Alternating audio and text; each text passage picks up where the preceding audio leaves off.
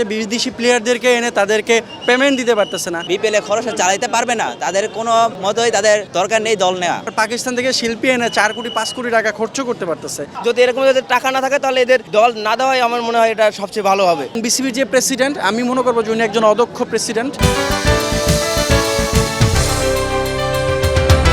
বাংলায় একটা কথা আছে, খাজনার চেয়ে বাজনা বেশি।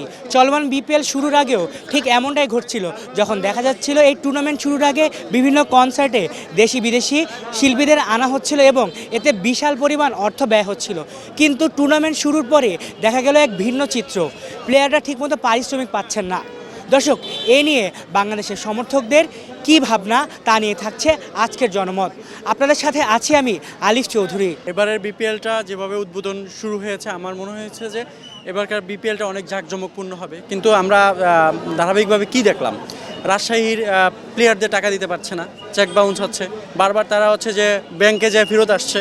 দেন হচ্ছে যে হোটেল ম্যানেজমেন্টের টাকা দিতে পারতেছে না, হোটেল আজকে তাদেরকে বের করে দিছে। তো এটা আসলে অনেক লজ্জাজনক। এবং হচ্ছে যে বিদেশি প্লেয়ারদেরকে এনে তাদেরকে পেমেন্ট দিতে পারতেছে না, বরঞ্চ হচ্ছে যে আপনার পাকিস্তান থেকে শিল্পী এনে 4 কোটি 5 কোটি টাকা খরচ করতে পারতেছে। বাট হচ্ছে যে এই যে ম্যানেজমেন্টের যেই অবনতি, যেই মানুষের মধ্যে যে একটা কৌতূহল তৈরি করা, এটা কিন্তু হচ্ছে আমাদের জন্য বিশাল একটা লজ্জার ব্যাপার।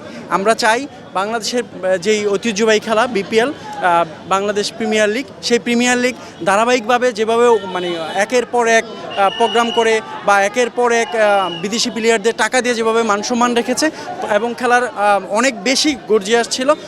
এবং আপনি দেখেন চারপাশে কিন্তু দর্শক নেই, হ্যাঁ, মাঠ শূন্য মানুষ। হ্যাঁ, তো আমি চাইবো যে এই যে সিস্টেম, এগুলো চেঞ্জ করতে হবে।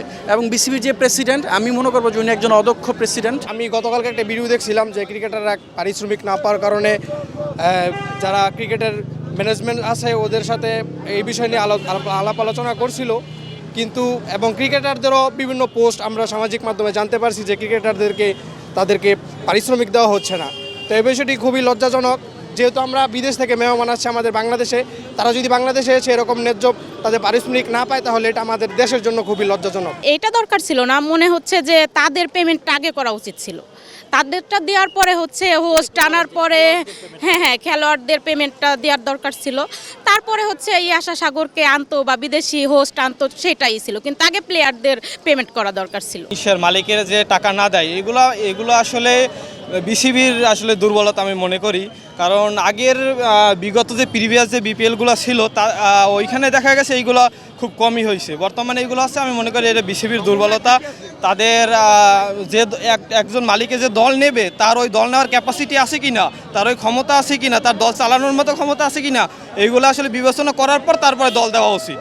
অনেক বিভাগ আছে, অনেক জেলা আছে যেগুলো দল চাচ্ছে কিন্তু বিসিবি দিচ্ছে না। কিন্তু তারা এইসব রাজশাহীর মতো এইসব মালিকের কেন দল দিচ্ছে? কারণ এটা আমি মনে করি সম্পূর্ণ বিসিবির দুর্বলতা। বিসিবির যাচাই বাছাই করার পরে এই দলগুলো দেওয়া উচিত। তারপর আপনি টিকিটের ব্যাপারে দেখেন, বেলাকে অনেক টিকিট, 200 টাকার টিকিট আপনি 800-1000 টাকাও বিক্রি হয়, কিন্তু আপনি গেটে টিকিট কাটতে যাবেন তখন আপনি টিকিট পাবেন না।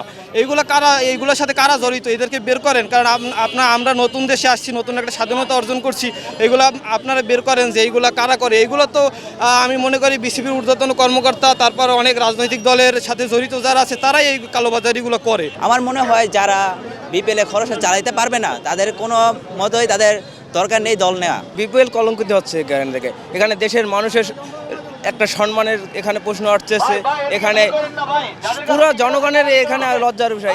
এই জিনিস যদি এরকম যদি টাকা না থাকে তাহলে এদের দল না দেওয়াই আমার মনে হয় এটা সবচেয়ে ভালো হবে।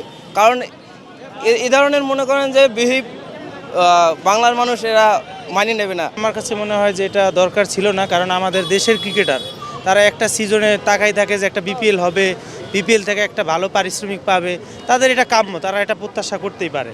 আর আমরাও চাই দেশের জনগণ বা ক্রিকেট প্রেমী হিসেবে চাই যে তারা এটা পাক। এটা আমার খুবই আশা। আর হচ্ছে যে হোস্ট নিয়ে এসে যে ক্রিকেটের করা, ভালো কিছু করা, আমার মনে হয় না যে এটাতে অনেক ভালো কিছু হবে। আমরা চাই ক্রিকেটের মান উন্নয়ন হোক, প্লেয়ারদের মান উন্নয়ন, প্লেয়ার ভালো করুক, এটাই আমাদের প্রত্যাশা। হোস্ট ডাজেন্ট ম্যাটার, এখানে হোস্ট কোনো ভালো কিছু করবে এটা আমরা প্রত্যাশা করি না। প্লেয়াররা ভালো করুক, আমাদের ক্রিকেটের উন্নয়ন হোক, এটাই আমরা চাই। দর্শক, এই ছিল জনমতের আজকের পর্বে। আবার দেখা হবে আগামী কোনো এক পর্বে অন্য কোনো এক প্রসঙ্গ নিয়ে। ততদিনে ভালো থাকুন, সুস্থ থাকুন আর বাংলা ভিশনের সাথেই থাকুন।